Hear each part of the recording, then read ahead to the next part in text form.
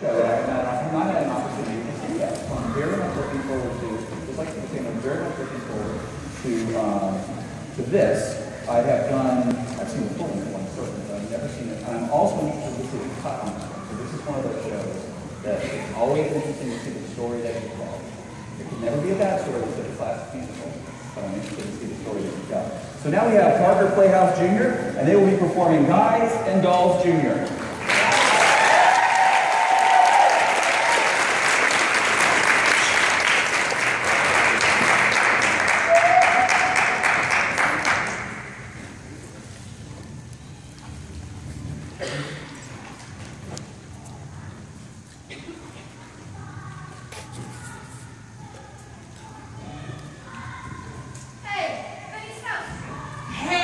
The horse, how are you? You know nicely, Johnson. Yeah, how goes it? Nicely. Thank you. So tell me, what about Nathan Detroit? You get a place with his crack game yet? He's still looking for a place. He's on. Well, tell him I'm loaded and looking for action. I just acquired 5,000 potatoes. 5,000 bucks? Where did you acquire it? I collected the reward of my father. Hi, Nathan. Fella. I'm having terrible trouble. Everyone's scared on account of that lousy branding cue. Nathan, concentrate on the game. The town's up to here what I planned. For Greeks in town. Brandy bottle baits.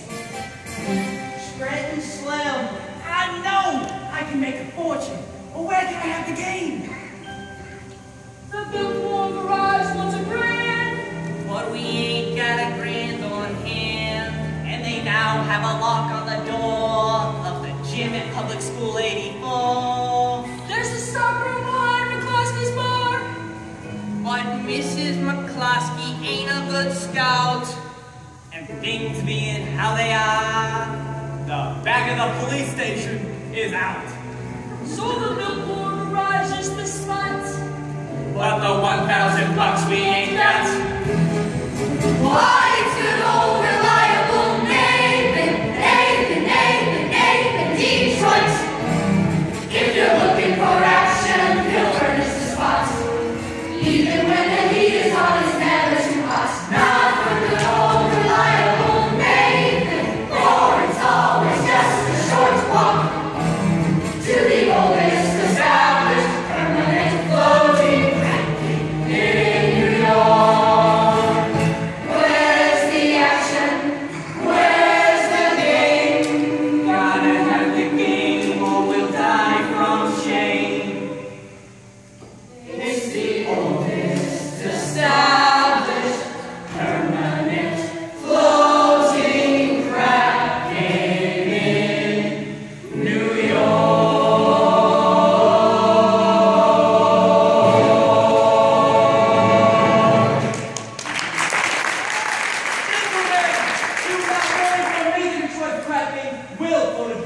My boy to let you know where it is.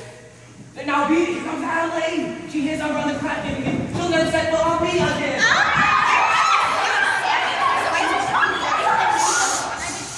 Hi, Nathan. Adelaide, pigeon. You go ahead, girls. What I mean, a tuna fish on rye and a 12-foot sundae with tomato ketchup and mayonnaise. Okay, Adelaide. Gotta get back to the hot box. You still rehearsing? Yeah. Slave driver Charlie. He's been working this whole day. Finally, I says, look, Charlie, I'm starving. I gotta get out of here, get something to eat. And he says, You don't want to eat. You just want to sneak out and meet that cheap bum Nathan Detroit. So what did you say to him? I told him, I says, I'll meet whoever I want. That's so sweet. Honey, look, Adelaide, about your present. I didn't get you one. I'm sorry. No, that's all right. I kind of like it when you forget to give me presents. Makes me feel like we're married. Don't you worry. One of these days I'll be in the money. You'll have more mint than, a meat.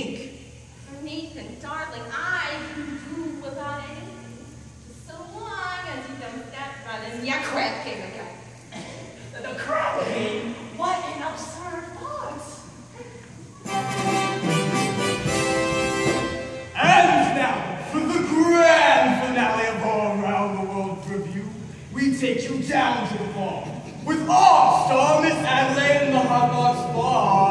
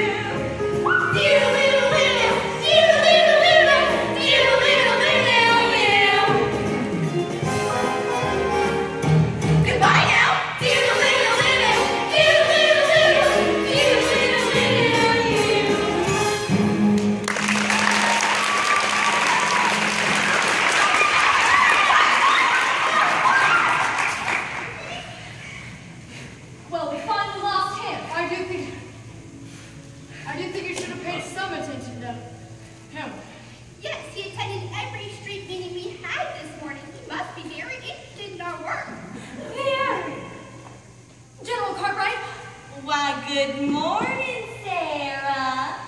Arvad. Sarah, dear.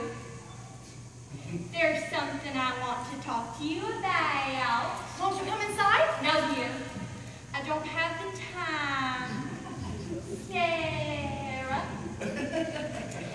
We at headquarters have decided to close this branch of the mission. Close the mission. Oh, we do. Pardon me. I couldn't help it overhearing. General, my name is Sky Masterson, former senator. Why, how do you do? How do you do? General, might I make a suggestion? Why don't you show up to Miss Sarah Brown's mission tonight? Well, if I thought the mission had a chance.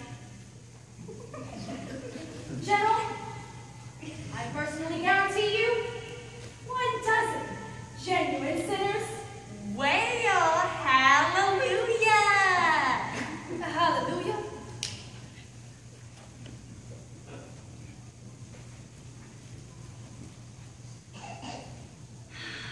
Oh, are you all right? Am I all right? Ask me how I feel from this chemistry lesson I'm learning. Well, sir, all I can say is if I were rich, I'd be burning. Ask me how to describe this whole beautiful thing.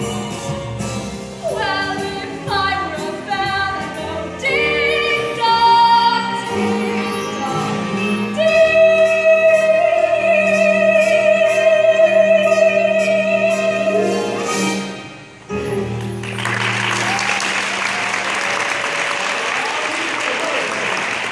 Going back to New York. I don't want to go back to New York. Well, I'm taking you back. You're no gentleman. I gotta think what's best for you. You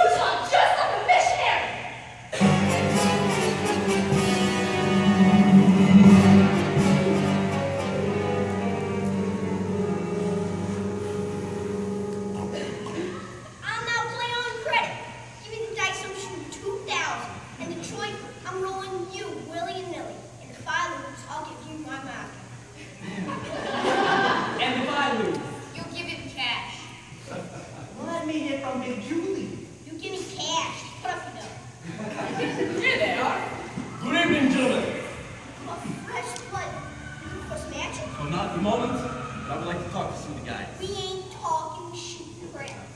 I'm asking for only 1 minute. Tonight, in Miss Sarah Brown's mission, they are holding a midnight prayer meeting. I promise to deliver to them some sinners, and when it comes to sinning, most you are high up on the finger. I don't want to spend no evening in a hallelujah joint. I will bet each of you $1,000 against your souls. 1,000 cash. I need some market for each of your souls. Hey, you guys show Miss Sarah Brown's mission tonight. Okay? 1 meeting. Okay, by me. By me, though.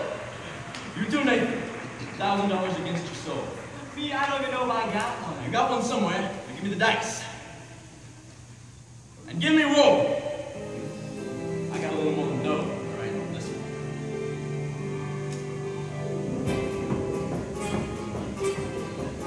Luck to be a lady tonight. Luck to be a lady tonight. Luck if you've ever been a lady to begin with. Luck to be a lady tonight.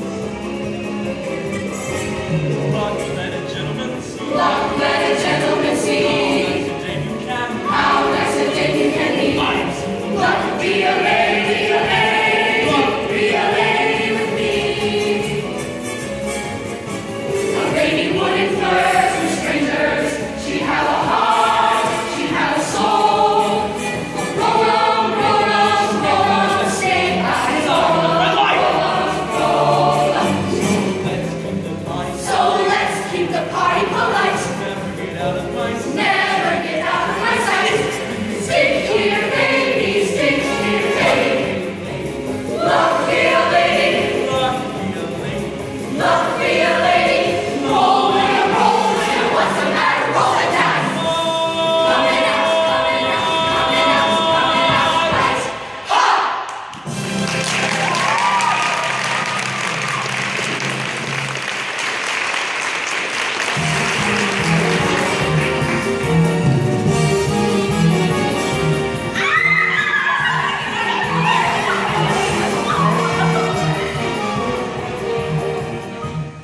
Ethan! Come on, we're waiting for you. Let's go. Where's the wedding? Holy smoke. What's the matter?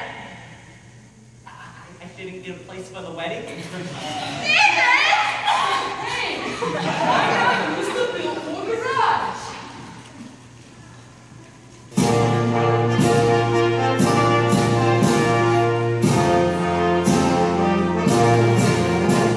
Brothers and sisters, life is one big crap game, and the devil is a loaded dice. Where's the cracky? Congratulations, Nathan. I'll lay waiting for 5 that you'll be very happy. What Obadiah means Obadiah? he wishes you every happiness, and so do I. Thank you very much. I know we're going to be very happy. We're going to have a little place in the country, and Nathan will be sitting there beside me every single night. When you see a guy reach for stars in the sky, you can bet that he's doing it for some dough. When you spot a John waiting out in the rain, chances are he's insane, as only a John can be for a Jane. When you meet a gent paying all kinds of rent for a flat that can flatten the Taj Mahal, call it sad, call it funny, life's better than even money, that the guy's only doing it for some dough, some dough, some dough. The guy's only doing it for some dough.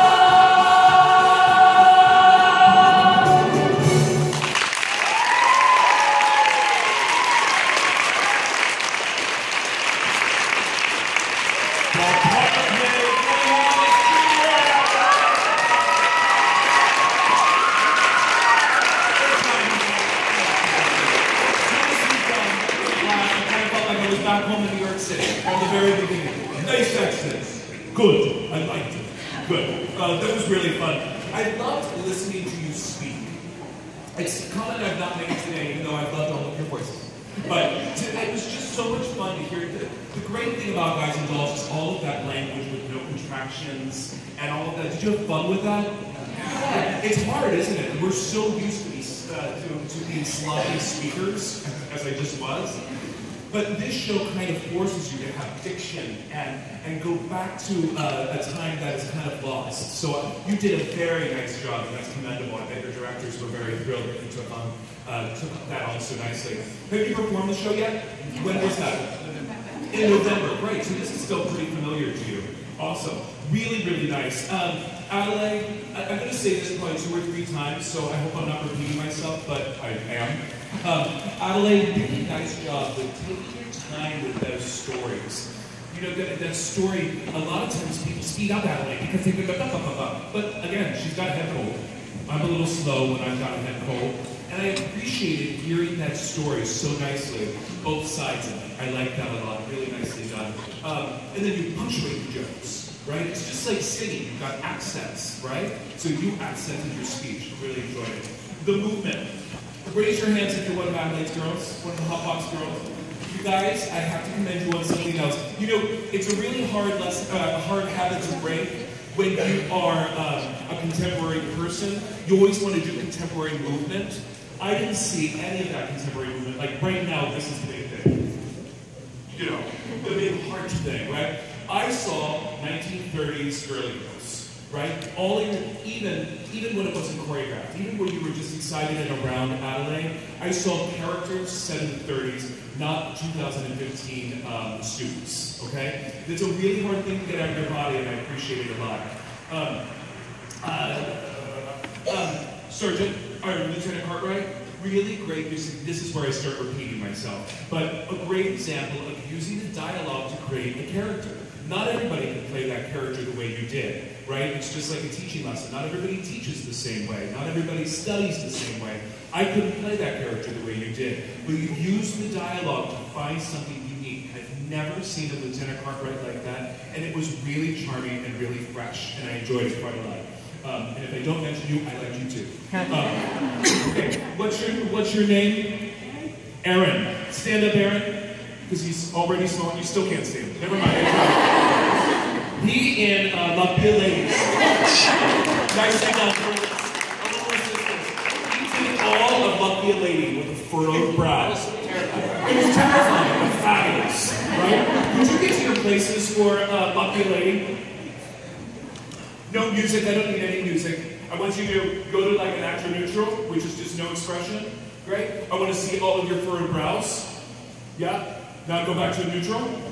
Now I want big, gooey smiles. Purple elephant, or purple dinosaur smiles. Great. Can we go from the top of the number now? Here we go. A 5, 6, 7, and... Lady tonight. Luck be a lady too. Big smiles.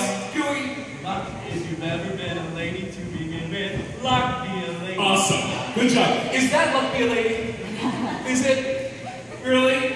No. Now we use those furrowed brows. Here we go. 5, 6, 7, and... Luck be a lady tonight. Luck be a lady tonight. Good. That's perfect. Great job. So Aaron and his cohorts gave us those furrowed brows. That's all you need to tell the story of Luck Be a Lady, right? It's all about this. I tell a lot of people when I choreograph, I'm not always looking at your feet. If you mess the feet up and I see it, it means you're not giving me this. And that's what you guys gave me in that number. You told the story with your face. I might have 1 or 2 more things and then I'll send it on. Great. The one thing that I would need you guys to sit down again. Thank you for that example and thank you for your furrowed brow. Normally we smile in musical numbers. The last thing I want to say, something for you to work on as actors and as performers in musical theater, is you are so clean as in your acting, your songs, your physicality when you dance. You have to keep all of it together, okay? And if you're a choreographer, if you're confused about the choreography, go ahead and ask. But in numbers like this, everyone should be the same. So if the choreography is here, it's not here, it's not here, and it's certainly not here, right? So think about that and get that into your body, and you've got a slick, clean performance, okay? Great job, I enjoyed your life. Really, I just want to point out a few quick little things that I thought were so so smart and so great. We talked about the Hotbox Girls. Where are my Hotbox Girls? What I thought was so fun and so clever is that you guys all found your own. It's so easy for that group to become basically just carbon copy, same Hotbox Girl, just a type character, a caricature of it. You guys were so specific. I was obsessed that some of you were like totally not into Adelaide. And some of you were like, yes, I totally do. I was like, whatever. That was hilarious. It was a great choice. And some of you guys, she said what she wanted. You're like, okay. And I'm like, really funny, really great choice. Sky, such a great. I thought that you had such great command on stage. It was subtle.